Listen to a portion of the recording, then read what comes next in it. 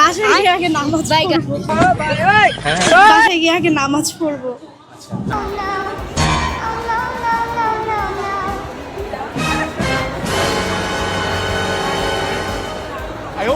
কথাটা সত্যি, কেউ যদি রিলেশনে ইনভলভ থাকে পড়ালেখায় অনেক ক্ষতি।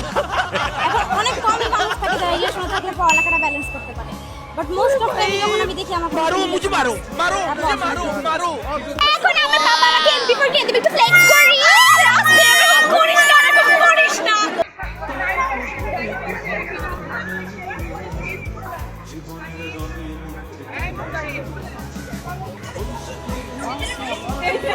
কারণ এখন সরকার বদলাইছে, আগের সব নিয়ম বদলাইছে, তো বই পড়তে হবে আর কোনো আগের বারের মতো মার্কস দিতেছে না এবং আগের বারের মতো কোয়েশ্চেনও হচ্ছে না।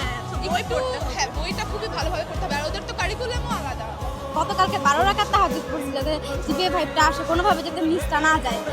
এখন আলহামদুলিল্লাহ টিচারদের অবদান আছে। আলহামদুলিল্লাহ আলহামদুলিল্লাহ আলহামদুলিল্লাহ। আপনার মেয়ে কোনজন? আপনার মতো দেখতে। আমার মতো দেখতে এখানে একটু নিয়ে আসেন। আচ্ছা আন্টিকে একটু সেলিব্রেশন করেন, আমরা দেখি।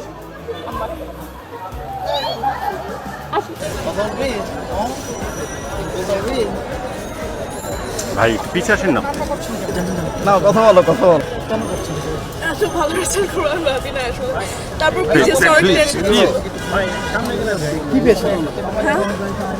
সব সাবজেক্টে সবাই মিলাই নেন আসার ভাই। থেকেও বেশি মার্কস পাইছে। আমরা একসাথে পরীক্ষা দিছি, আমরা পাশের মেয়ে দুইজন একসাথে পরীক্ষা দিছি। আমরা অনেক এক্সাইটেড, আমরা দুজনেই একদম ভালো রেজাল্ট করছি। তো আমাদের খুশিটা বল। অনেক এক্সাইটেড, আমরা অনেক খুশি, এক্সপেক্ট করি না এত ভালো রেজাল্ট হবে। তাও হয়ে গেছে আলহামদুলিল্লাহ। ছেলেরা পড়ে না ভাই, মেয়েরা পড়ে, দ্যাটস ইট। ওরা ঘুরে বেড়ায়। ওরা এসএসসির আগের দিন যদি বাইরে যায় তাহলে কেমনে পাস করবে? যদি বাইরে ঘোরাঘুরি না করে বাসায় পড়তো তাহলে তো ভালোই হতো।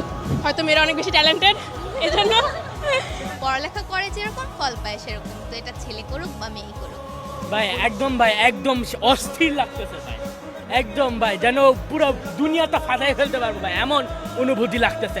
বাসায় গিয়ে বাবাকে বলবো, বাবা টাকা দাও, আইফোন কিনবো আর 50 কেজি মিষ্টি বিলাবো, খালি এলাকায় খালি বিলাবো, মিষ্টি খালি বিলাবো।